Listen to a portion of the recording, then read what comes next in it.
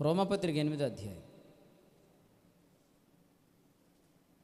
దేవుని విషయమే జీవిస్తున్నాం.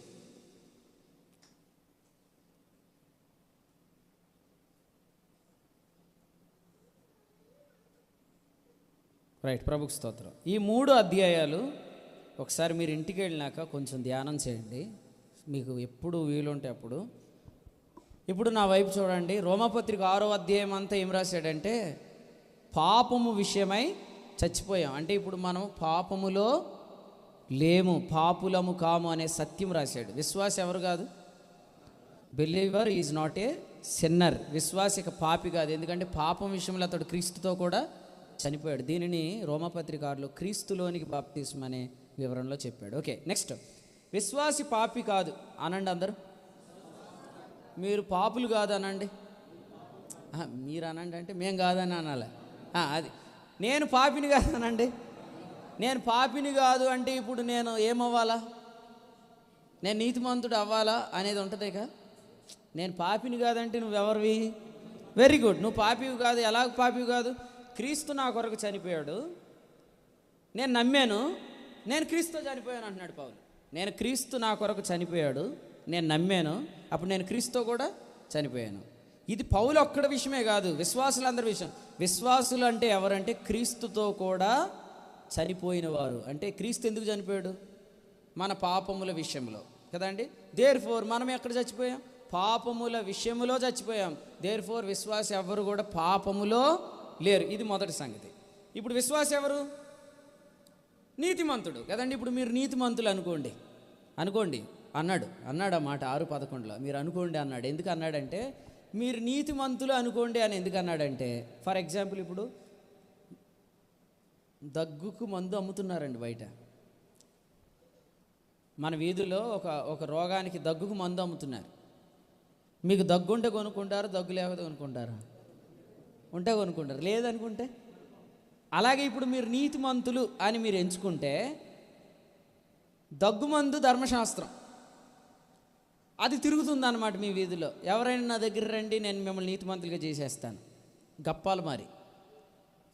ఎవరైనా నా ఎద్దుకు రండి, నేను మిమ్మల్ని ఏం చేసేస్తాను,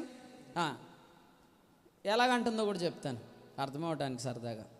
10 చేసేస్తే చాలు నీతి అంటుంది. ఏమంటుంది? 10 చేసేస్తే చాలు నీతి అంటుంది. మనము దాన్ని ఒక మాట కూడా అడగలే. అసలు నీ వల్ల ఎంతమంది నీతిమంతులేరని అడగలే. అడగకుండా ఏముందులో చేసేస్తే అయిపోతాం కదా అని వెళ్ళాం. కానీ వెనక్కి చూస్తే ఎవరైనా దానివల్ల నీతిమంతులు. ధర్మశాస్త్ర సంబంధ క్రియల వల్ల ఏ శరీరి అన్నాడు గలతీపత్రిక 2:16, ఏ మనుషుడు అన్నాడు రోమా 3:20. అంటే ఏ మనుషుడు దానివల్ల ఏమవలేదు. కానీ ఈరోజు కూడా మతాలన్నీ ఏమంటున్నాయి? ఇది చేస్తే మోక్షం, అది చేస్తే మోక్షం. అంటే దాన్ని అన్నాడు యెషయా గ్రంథం 30లో, అది ఏమీ చేయక ఊరకుండు గప్పాలు మారి. దేవునికి స్తోత్రం. అర్థమైందండి? అసలు ఇంకోటి చెప్తాను, ఐగుప్తు గురించి అన్నాడు ఈ మాట. మన ఐగుప్తు అంటే వాస్తవం ఏమంటే ఐగుప్తు అంటే లోకం, కనాన్ అంటే పరలోకం, ఇట్లా మనం చెప్పుకుంటూ వస్తాం. అయితే మనం ఆలోచిస్తే అబ్రహాం ఐగుప్తుకి వెళ్ళాడు కదా ఒకరోజు. కరువు వచ్చినప్పుడు ఎవరిని తెచ్చాడు అక్కడి నుంచి? హాగరుని తెచ్చాడు కదా. హాగరు ధర్మశాస్త్రంతో పోల్చబడింది గలతీపత్రిక 4వ అధ్యాయంలో.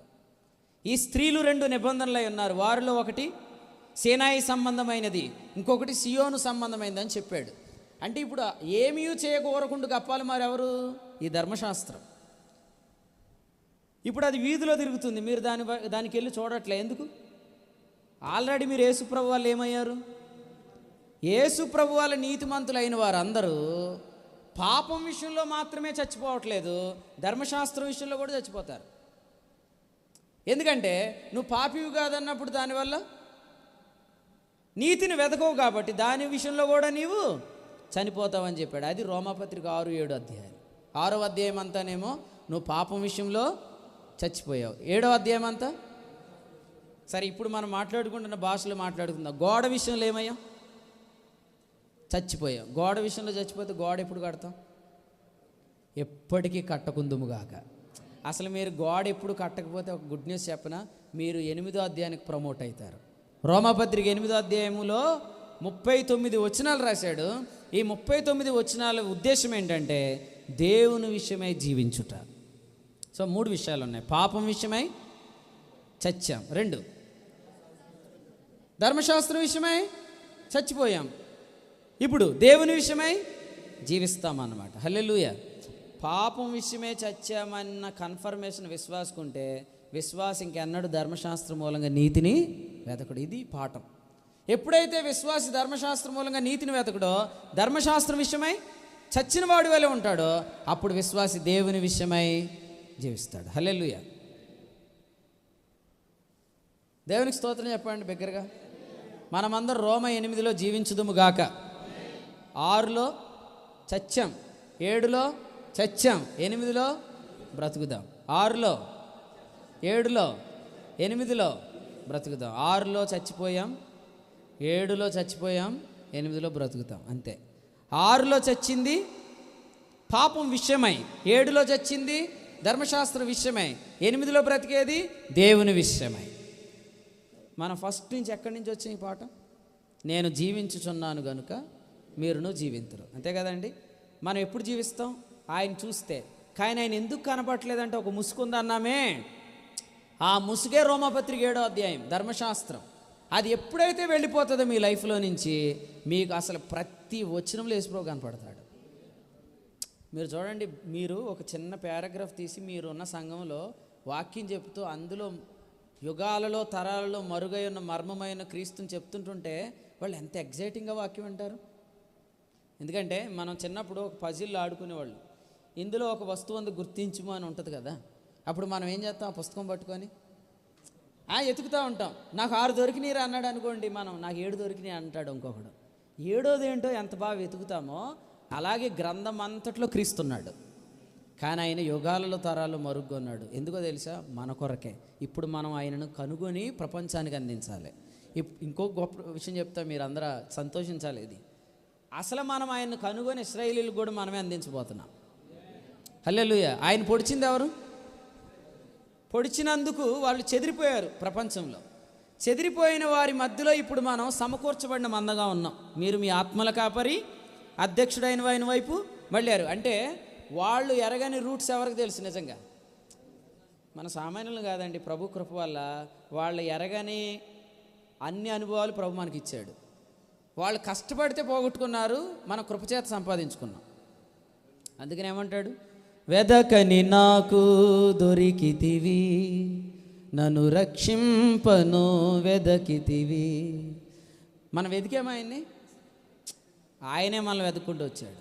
అద్భుతం ఏంటంటే నికోదేము ఆయన వెతుక్కుంటూ వెళ్ళాడు, సమరయ స్త్రీని ఆయన వెతుక్కుంటూ వచ్చాడు. ఆయన వెతుక్కుంటూ వెళ్ళిన యూదుడికేమో ఏవయ్యా బోధకుడు నీకు తెలీదా అన్నాడు. సమరయ స్త్రీకేమో నేను చేసినవన్నీ నాతో చెప్పిన మనుషుని చూడు, ఈయన క్రీస్తుగాడు అనేటట్టుగా చెప్పాడు. ఎందుకు? యూదులు ఆయనను కష్టపడి వెతికారు, ఆయన మనకు ఉచితంగా దొరికాడు. ఇప్పుడు మనకు ఎందుకు దొరికాడంటే మన ద్వారా వారికి దొరుకుతాడు.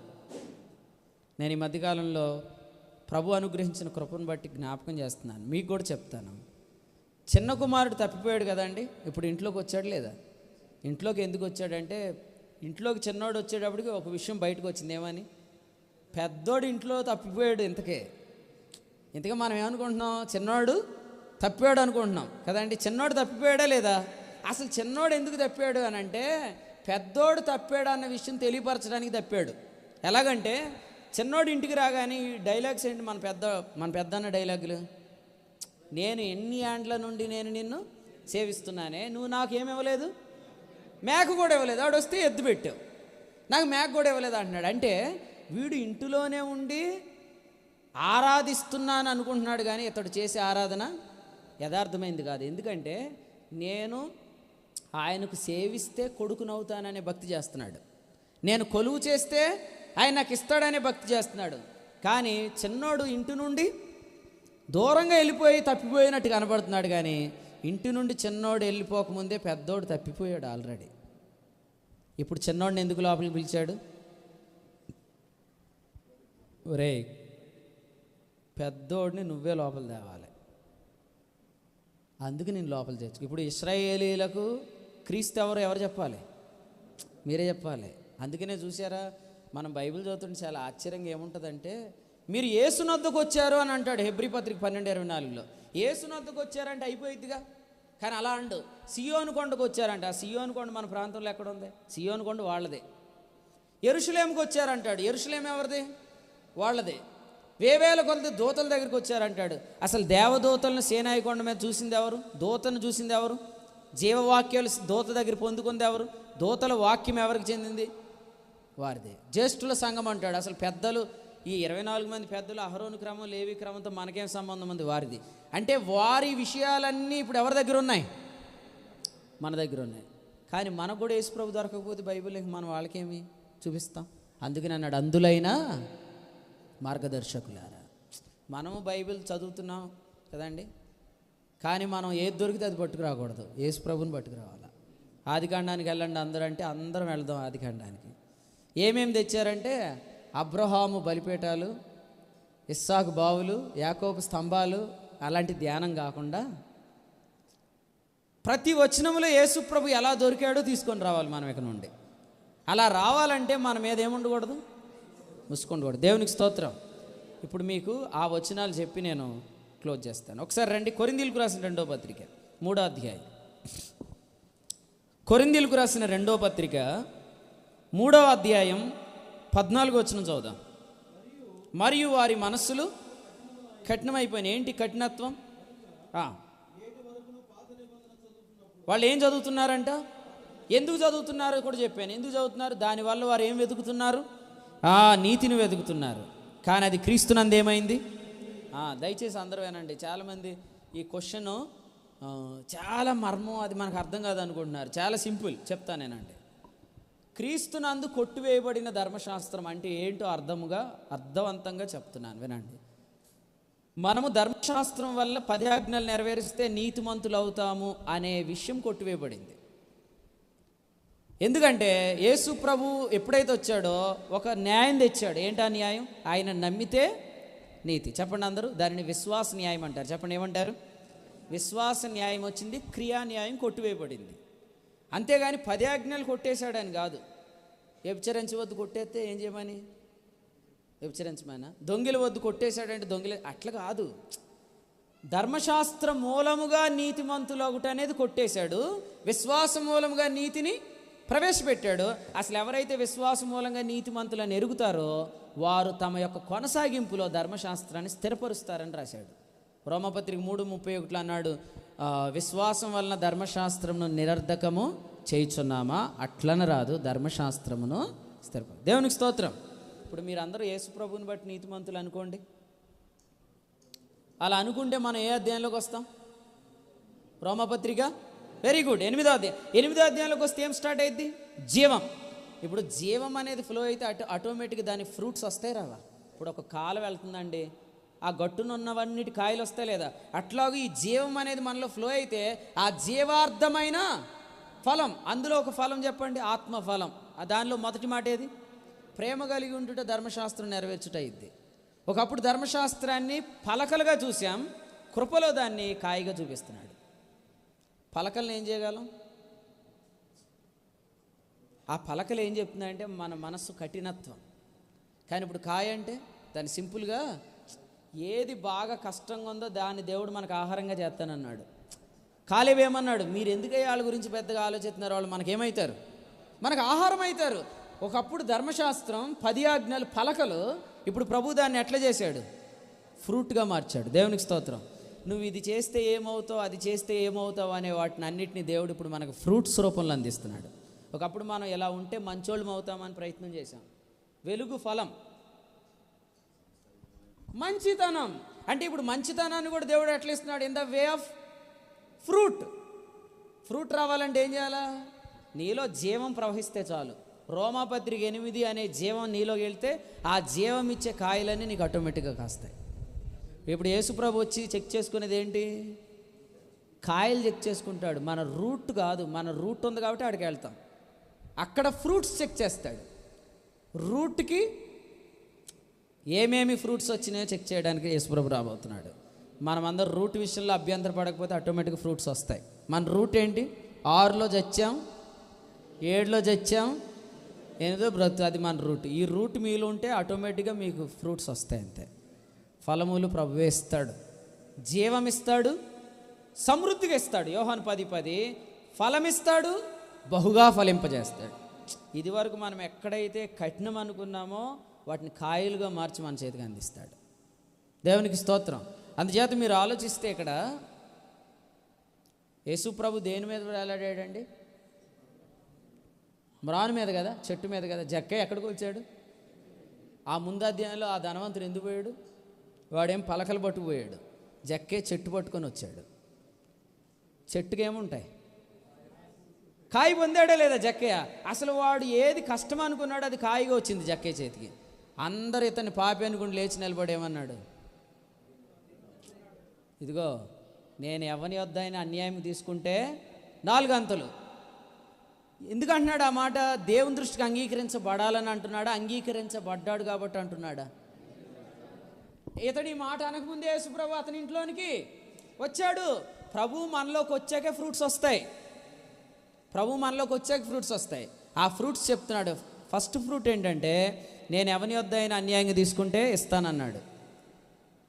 2, బేదలకు నా ఆస్తిలో సగం. అసలు ముఖ్యమైన ఫ్రూట్స్ 2 కదా. 1 పరిశుద్ధత, 2 ప్రేమ. రోమాపత్రిక 6:22లో పరిశుద్ధత అన్నాడు, గలతీ 5:22లో ప్రేమ అన్నాడు. ఈ రెండింటిని ఇప్పుడు మనకు ఆయన కాయల రూపంలో ఇస్తున్నాడు క్రొత్త నిబంధనలో. అప్పుడు మనం ధర్మశాస్త్రం నిరర్ధకం చేస్తున్నామా, స్థిరపరుస్తున్నామా? కానీ ఒకప్పుడు దానివల్ల నీతిని వెతికినప్పుడు దాన్ని నిరర్ధకం చేశాం. ఇప్పుడు యేసు ప్రభు వల్ల నీతిని పొందినప్పుడు దాన్ని స్థిరపరుస్తున్నాం. దేవునికి స్తోత్రం. కాబట్టి కొట్టివేశాడా, నెరవేర్చాడా, ఎన్నో కన్ఫ్యూజన్. కొట్టివేసింది ఏంటి, స్థిరపరచబడుతుంది ఏంటి? కొట్టివేసింది ఏంటంటే దానివల్ల నీతిని వెతుకుట కొట్టివేసి ఆయన నమ్మితే నీతి అనేదాన్ని స్థాపించాడు. ఆ స్థాపన మీద మనం జీవిస్తున్నప్పుడు ఆ ధర్మశాస్త్రాన్ని నెరవేర్చే కృప కూడా ఆయనే మనకు ఇస్తున్నాడు అన్నమాట. హల్లెలూయా. ఇప్పుడు మనం అందరం ఇశ్రాయేలీలకు మార్గం చూపించాలనుకుంటున్నాం కదండి.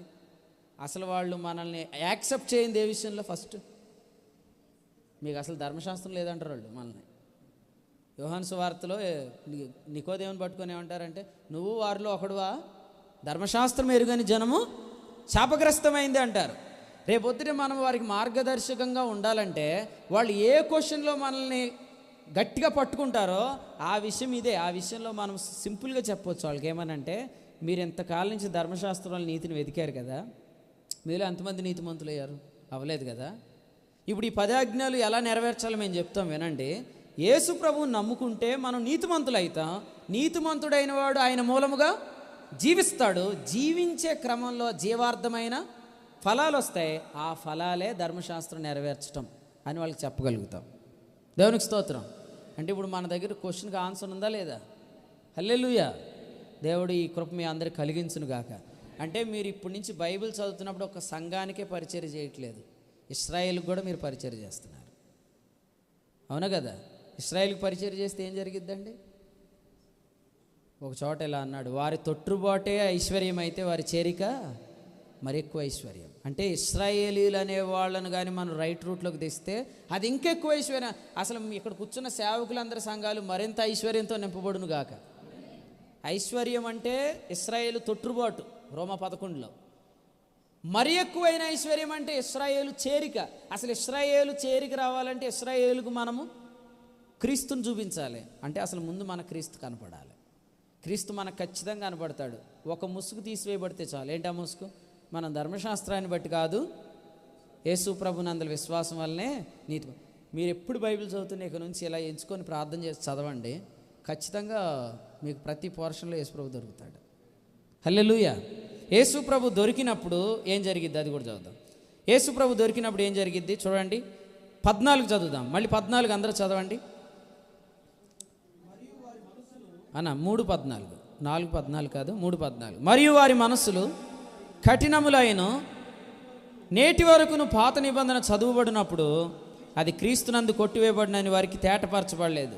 ఆ ముసుకే వారికి నిల్చుంది. కానీ మనకు ప్రభు కృప వల్ల ముసుగు ఏం చేశాడు? తీసివేశాడు ఈ కూడికిలో. హల్లెలూయా. ముసుగు తీసేశాడు అని అన్న తర్వాత మీరు ఇప్పుడు ఏం చదవాలి? 15. ఇప్పుడు మీరు గ్రంథం చదవండి. ఆ ముసుగు తీసేసి గ్రంథం చదవండి. ఎవరు కనపడతారు? మీకు యేసు ప్రభు కనపడతాడు. ఇటు చూడండి. మీ అందరికీ యేసు ప్రభు కనపడ్డాడు అనుకోండి. మీరు ఆ యేసు ప్రభుని ఏం చేస్తారంట? అద్దము వలె ప్రతిఫలింపజేస్తారంటే. అంటే ఇప్పుడు మీరు ఇందాక నుంచి వాక్యం వింటున్నారు చాలామంది, వింటూ ప్రతిదాన్ని ఏం చేస్తున్నారంటే కొందరు హల్లెలూయా అంటున్నారు, కొందరు ఆమేన్ అంటున్నారు, ప్రభు స్తోత్రం అంటున్నారు. దీన్ని ఏమంటాం? ప్రతిఫలింపజేయటం. మనం నాలుగుతో ఎప్పుడైతే విన్న ప్రభువుని గురించి ప్రతిఫలింపజేస్తామో, ఏది ప్రతిఫలింపజేసామో ఆ పోలికలోనికి పరిశుద్ధాత్మలను మారుస్తాడు. ఇంతకీ పరిశుద్ధాత్మ ఎవరి పోలికలోకి మారుస్తున్నాడు? యేసు ప్రభు పోలికలోనికి. యేసు ప్రభుని మనకు ఎవరు చూపిస్తున్నారు? పరిశుద్ధాత్ముడే. పరిశుద్ధాత్ముడు యేసు ప్రభుని చూపించి యేసు ప్రభు పోలికలోని మారుస్తున్నాడు. ఇప్పుడు చెప్పండి, యేసు ప్రభు పోలికలోనికి మారటం గొప్ప సంగత, 10 ఆజ్ఞలు చేయటం గొప్ప సంగతి? ఏది గొప్ప నైతికత? ఎందుకంటే ఆజ్ఞలు ఇచ్చింది ఆయన కదండి. దీని నైతికత కంటే ఆయన ఇంకా గొప్పోడు. ఆయన పోలికలోనికే మార్చే కృప దేవుడు నీకు ఇస్తున్నాడు. హల్లెలూయా. ఇప్పుడు మనం ఆలోచిస్తే సమరయ స్త్రీతో యేసు ప్రభు మాట్లాడినప్పుడు ఆమెకు ఒక ఆజ్ఞ ఇచ్చి వెళ్ళిపోతే అయిపోయేది. ఏంటది? అంతే సింపుల్గా ఆ బావి దగ్గర వ్యభిచరించొద్దని చెప్పి వెళ్ళిపోతే బాగుండేది. కానీ ఆ రోజు ఆయన వ్యభిచరించవద్దని ఆజ్ఞను ఇవ్వలేదు. ఆమె ఆయనను నిదానించి చూసింది, ఆయనను ప్రతిఫలింపజేసింది, ఆయన పోలికలోనికి మార్చబడింది. ఆయన పోలికలోనికి మార్చబడిందని దానికి హింట్ ఏంటంటే, అసలు యేసుక్రీస్తు ప్రభు అప్పటికి అన్నం మీలాగే అన్నం కూడా తినకుండా అలిసిపోయిన రీతిలో బావి దగ్గర ఉండి కూడా ఆయన ఎంత తిన్నట్టుగా ఎలా ఉన్నాడు. ఆమె నీళ్లు కొరకు వచ్చింది, నీళ్లు కూడా తాగలేదు, కొండ విడిచిపెట్టి ఊరిలోనికి వెళ్ళి భారంగా సువార్త ప్రకటించింది. అంటే ఆమె ఎవరి పోలికలోనికి మారింది? ఇప్పుడు ఉదాహరణకి వ్యభిచారం మానేస్తే ఆమె ఏమవుతుంది? మంచి అమ్మాయి అవుతుందేమో. కానీ ఆమె ఊహించని రీతిలోకి మార్చేశాడు. ఆమెను ఇన్స్టంటేనియస్లో ఆమెను ఎవాంజలిస్ట్గా మార్చిపడేశాడు. ఇప్పుడు ఈమె లోపలికి వెళ్ళి ఏం చెప్తుంది? వ్యభిచరించవద్దు, దొంగిలి వద్దు, నరహత్య చేయవద్దు, అయి చెప్పట్లే. చూడుడి, చెయ్యుడి కాదు, చూడుడి. చెయ్యుడి అనేది నాకు చాలామంది చెప్పారు. నా జీవితంలో ఎంతమంది ఉన్నారు అంది? 5. ఇప్పుడు ఉన్నవాడు కాదు 6. నేను 6లో కూడా చచ్చిపోయాను. ఇప్పుడు నేను పెర్ఫెక్ట్ వన్ యేసు ప్రభు దగ్గరికి వచ్చాను. ఆయనను మీరు కూడా చూడండి. మీరు చూస్తే ఏమవుతారు? మీరు కూడా ఆయనలో మారిపోతారు. దేవునికి స్తోత్రం. అంటే మనము ఇప్పుడు యేసు ప్రభువుని చూడాలి, ఆయన చూపించాలి, అంతే. మన మినిస్ట్రీ ఏంటి? మనం ఇంట్లో కూర్చోవాలా, బైబిల్ చదువుకోవాలా, యేసు ప్రభుని చూడాలా, చూసింది ఎగ్జాక్ట్గా వచ్చి సంఘానికి చెప్పాలి, అంతే. గొర్రెల కాపరులు వెళ్ళి తాము చూచిన వాటిని, విన్న వాటిని త్వరగా వెళ్ళి అంటే మనం అసలు బైబిల్ క్లాసులు ఈ రోజు రాత్రికి వాక్యం చెప్పాలి, ఒక కూడికలో వాక్యం చెప్పాలి. మనం ఎంత ఎగ్జైటింగ్గా వెళ్ళాలంటే, అసలు దేవుడు మనకు ఉదయకాలమే ఎన్నడూ చూడని యేసు ప్రభువుని కానీ చూపించాడు అనుకోండి, మనం ముందేళ్ళు కూర్చుంటాం. మన కాన్ఫిడెంట్ ఏంటి సార్? ఈ రోజు రాత్రి ఎవరైనా వస్తారు, ఎందుకు రారు? ఇప్పుడు ఆయన మన చేతికి ఏం చెప్పాలో ఇచ్చినప్పుడు అది వినాల్సిన ప్రజలను ఆయనే తెస్తాడన్న ధైర్యం కూడా ఉంటుంది అందులో. దేవునికి స్తోత్రం. ఆ బావి దగ్గర యేసుప్రభు ఎంత ధైర్యం కూర్చున్నాడు తెలుసా? ఆ బావి దగ్గర ఎంత ధైర్యంగా కూర్చున్నాడంటే, ఈ బావి యాకోబు తన కుమారుడైన యోసేపుకి ఇచ్చిన భూమి దగ్గరున్న బావి. అంటే ఇప్పుడు ఆ యోసేపు నేనే, ఆ బావి ఆయన ఫలించిన ఓట, ఆ బావి ఇదే. అతని రెమ్మలు ఎక్కడికి ఎక్కినాయి? గోడకెక్కినాయి. ఆ గోడ ఎవరెవరికి మధ్యలో ఉంది? యేసు ప్రభువుకి సమరయ స్త్రీకి మధ్యలో ఉంది. ఇప్పుడు యేసు ప్రభు ఎప్పుడైతే మాట్లాడు, ఆ గోడ మీద నుంచి రెమ్మలు ఏమైనాయి? ఆమెకు వ్యాపించిన గోడ ఏమైంది? ధర్మశాస్త్రం అని మధ్య కూడా పడగొట్టబడింది. హల్లెలూయా. ఇప్పుడు చెప్పండి, ఆమె ఏ నీళ్ళు తాగడానికి వచ్చింది? అక్కడున్న నీళ్ళు తాగడానికి వచ్చింది. కానీ ఆమె ఎవరి నీళ్లు తాగింది? దేవునికి స్తోత్రం. ఆయనలో నీళ్లు తాగింది. ఆయనలో నీళ్ళకి ఆమె పొందుకోవడానికి మధ్యలో ఒకటి ఉంది. ఏంటది? గోడ. ఆ గోడ పడిపోయింది. యోసేపు ఫలించడు కొమ్మ, ఓట యొద్ద ఫలించడు కొమ్మ, అతని రెమ్మలు గోడ మీదకెక్కి ఆమెకు వ్యాపించాయి. హల్లెలూయా. ప్రభు ఆ గోడ పడగొట్టేశాడు. ఆయన ఎంత కాన్ఫిడెన్స్ అంటే, అసలు ఈరోజు మీటింగ్ ఎప్పుడు ప్లాన్ చేశాడు దేవుడు? ఆదికాండం 49లో ప్లాన్ చేశాడు. అంత్య దినములో నా కుమారులారా రండి, ఏం జరిగిద్దో మీకు చెప్తానని యాకోబు తన కుమారులందరిని పిలిచి, మీకు తెలుసా యోసేపు ఫలించాడు కొమ్మ, ఓట యొద్ద ఫలించాడు కొమ్మ, అతని రెమ్మలు గోడ మీదకి ఎక్కి వ్యాపిస్తాయని చెప్పాడు. అంటే ఈ మీటింగ్ జరగటం ఆదికాండంలో ప్లాన్ చేశాడు దేవుడు. ఆదికాండంలోనే ఈ మీటింగ్ ప్లాన్ చేస్తే జనాలు రారని ఎందుకు అనుకుంటాం? ఆయన రప్పించాలి, అంతేకా. అంత కాన్ఫిడెంట్గా ప్రభువు మనకు మీటింగ్స్ జరిగిస్తాడు. హల్లెలూయా. మన మీటింగ్స్ అంత కాన్ఫిడెంట్గా జరుగునుగాక. ఎందుకంటే మనం ఈరోజు బెదిరిపోవాల్సిన అవసరం లేదు. ప్రజలను దేవుడు తీసుకొస్తాడు. ఇంకోటి ఏంటంటే, అసలు నికోదేము లాంటి వాళ్ళు మనల్ని వెతుక్కుంటూ వచ్చినా కూడా వాళ్ళు వాక్యం వినరు. కానీ ప్రభువు తీసుకొచ్చే ప్రజలకు ప్రతిష్ఠితమైన చెవులు ఇస్తాడు. వాళ్ళు ప్రతిష్టను చక్కగా వినగలుగుతారు. వారి చెవి కొన మీద ఆయన తన రక్తాన్ని ప్రోక్షిస్తాడు. మనం ఏం చెప్తున్నామో వాళ్ళు తీసుకోగలుగుతారు, దాన్ని పట్టుకోగలుగుతారు, అందులో నిలబడగలుగుతారు. అసలు అటువంటి ప్రజలను కలిగి ఉంటే మన మినిస్ట్రీ అంత ఎగ్జైటింగ్గా ఉంటుంది. హెబ్రీ 3:6 ప్రకారం మోషే పనిచేసిన ఇల్లు గురించి మాట్లాడుతున్నాడు. మన ఇంట్లో ఎప్పుడు ఉత్సాహమే ఉంటుందని చెప్పాడు కదండి. నేను ముగిస్తున్నాను. అసలు ఉత్సాహంగా వాక్యం వినేవారి మధ్యలో మీరు సేవ చేస్తున్న దినాలు రాబోతున్నాయి అనుకోండి. దేవునికి స్తోత్రం. ఈ రోజుకి మీలో ఉన్న జకరియా వెళ్ళిపోయాడు అనుకోండి. జకరియా తన సేవా దినములు మహాముత్తారంలో ముగించుకొని తన ఇంటికి వెళ్ళాను. జకరియా తరగతి అయిపోయింది. ఇప్పుడు మెల్కీసెదెకు తరగతి ప్రారంభించబడింది. క్రొత్త నిబంధన పద్ధతి ప్రారంభించబడింది. కృపా పద్ధతి ప్రారంభించబడింది. ముసుగులేని మినిస్ట్రీ ప్రారంభించబడింది. జీవింపజేసే పరిచర్య ప్రారంభించబడింది. ఈ పరిచర్యలో ఎంత ఆనందం అంటే, జకరియా ఆలస్యం చేశాడంట మందిరంలోకి వెళ్ళి. అప్పుడు బయట ప్రజలందరూ ఏమయ్యారు? ఆశ్చర్యపోయారు. ఎందుకు ఆశ్చర్యపోయారు? రావట్లేదు. ఎందుకు ఆశ్చర్యపోయారు? పాస్టమ్ గారు పోయాడేంట్రా బాబు అనుకున్నారు. ఎందుకంటే మరి లోపలికి వెళ్ళినోడు రావట్లేదంటే అర్థం ఏంటి? పోయాడు. ఇప్పుడు పోయినోడు బయటికి తేవాలన్నా మనం లోపలికి వెళ్తే మనం పోతాం. అందుకని ఆశ్చర్యపడ్డారు. ఈరోజు మనము బైబిల్ దగ్గర కూర్చొని లేకపోతే పాస్టమ్ గారు ఆశ్చర్యపోవాలి. ఎందుకు? ఈయనకి ఇంకా దొరికేస్తున్నాడో యేసుప్రభు. ఆదికాండం పట్టాడు, ఎన్ని రాసేస్తున్నాడో, నిర్గమకాండం పట్టాడు. అంటే ఈరోజు మనం ఆలస్యం జీవం దొరుకుతుందన్న ఆశ్చర్యం కలిగించింది. ఆ రోజు ఆలస్యం చచ్చిపోయాడేమోనన్న ఆశ్చర్యం కలిగించింది. అలాగూ ప్రభు మన జీవితాల్లో ఒక శకం ముగించి ఇంకో నూతన అధ్యాయంలోకి ప్రభు మనల్ని తీసుకొస్తున్నాడు. దేవునికి స్తోత్రం. మనమందరం రోమాపత్రిక 8వ అధ్యాయంలోకి వచ్చుదుము గాక. 8వ అధ్యాయము 1వ వచనం ఏంటంటే, క్రీస్తు యేసునందు ఏ శిక్షా విధి అది మాత్రమే రాసి రోమ 8 ముగిస్తే చాలు. కానీ దానిలో 39 వచనాలు రాశాడు. అందులో మొదటి వచనంలో యేసుప్రభువుని నమ్మిన వాళ్ళకి శిక్షావిధి లేదు అని రాశాడు. 2 నుండి శిక్షావిధి లేని వారికి ఏముందో రాశాడు. శిక్షావిధి లేదు అనేది ఒకటే వచనం. నువ్వు ప్రభువుని నమ్మావు, నీకు నరకం లేదు. అది ఎంతకాలం చెప్తామండి? ప్రభువుని నమ్మావు, నువ్వు నరకం లేదు, అది పునాది. ఈ పునాది మీద 38 వచనాలు రాశాడు. ఆ 38 వచనాలు ఏంటంటే, నీకు శిక్షావిధి లేదు కాబట్టి శిక్షావిధి లేని పరిచర్యలో ఏమేమి ఉంటాయి అనేది రాశాడు. ప్రభు ఖచ్చితంగా మీ అందరికీ బోధిస్తాడు, వాటన్నిటిని వివరంగా చెప్తాడు. మీరు ఖచ్చితంగా అధ్యాయం చదవండి. ఈ అధ్యాయం దేంతో ముగించబడిందని చెప్పాను? జయం. చెప్పండి అందరూ. ఆరంభ వచనం జీవం, చివరి వచనం జయం. జీవం మన సంఘాల్లో బోధించబడితే జయం ఆటోమేటిక్గా వచ్చింది. జయం ఎక్కడుంది? జీవంలోనే ఉంది. హల్లెలూయా. మీరు ఆలోచన చేయండి. ఇశ్రాయేలు ఐగుప్తు నుంచి బయటకు రావడానికి మూలమేంటి? జ్యేష్ఠుడు. ఇశ్రాయేలు జ్యేష్ఠుడు చచ్చిపోయాడా? చెప్పండి. ఇశ్రాయేలు జ్యేష్ఠుడు బ్రతికాడు, ఇశ్రాయేలు బయటకు వచ్చారు. బయటికి రావాలంటే ఒక దేశంలోంచి ఏం చేసి రావాలి? మామూలుగా యుద్ధం చేసి రావాలి. ఇప్పుడు వీళ్ళు యుద్ధం చేశారా? యుద్ధం చేయలేదు. కానీ బయటకు వచ్చినప్పుడు వీళ్ళందరం చూస్తే ఎలా నడుస్తున్నారు? సైనికుల్లా నడుస్తున్నారు. చూసేవాళ్ళు అందరూ ఏమనుకుంటారు? పెద్ద యుద్ధమే చేశారని. యుద్ధం చేయకుండా జయంతో బయటకు వచ్చారు. మనం కూడా ఇప్పుడు యుద్ధం చేయకుండా జయం పొందుతున్నాం. ఎందుకు? మన జ్యేష్ఠుడు బ్రతుకున్నాడు, మన యేసుప్రభు బ్రతుకున్నాడు. ఎంతవరకు బ్రతుకుంటాడు? రోమా 6:8 ఆయన ఇక చనిపోవడం అంటే మనకి ఇక ఓటమే లేదు. హల్లెలూయా.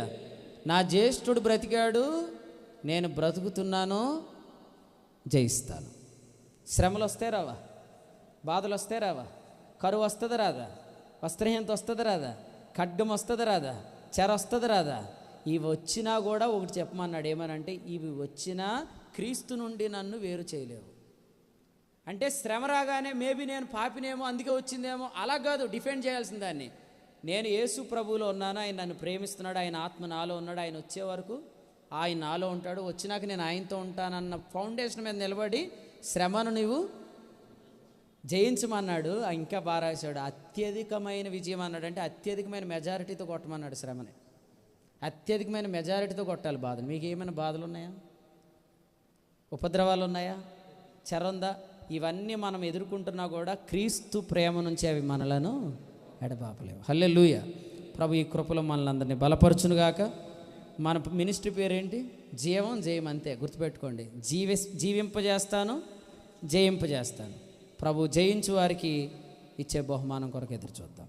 అందరూ తల వంచినట్లయితే ప్రార్థన చేద్దామండి. మీరందరూ తల వంచండి, ప్రార్థన చేసుకుందాం.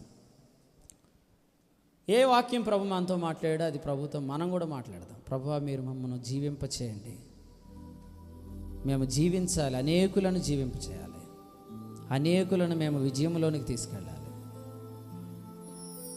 ఇక నుండి నేను బైబిల్ చదువుతున్నప్పుడల్లా నీవు నాకు కనపడదు గాక ప్రభువా, ముసుగులేని ముఖముతో నీ గ్రంథం చదివే కృప విడుదలకు గాక. ముసుగులేని పరిచర్య ప్రభు ఇక్కడున్న సేవకులందరికీ అనుగ్రహించును గాక. మీరు ఎప్పుడు నిలబడిన క్రీస్తు మాత్రమే అగుపడుగాక. జీవం కలుగు, జయం కలుగు. యేసు ప్రభువా, మీకు వందనాలు చెల్లిస్తున్నాము. ప్రేమించి మాకు అనుగ్రహించిన ఈ సమయాన్ని బట్టి స్తుతిస్తున్నాం. మీ దాసులు సుందరరావు గారి ద్వారా ఏర్పాటు చేసిన ఈ కూడికే మీకు స్తోత్రాలు.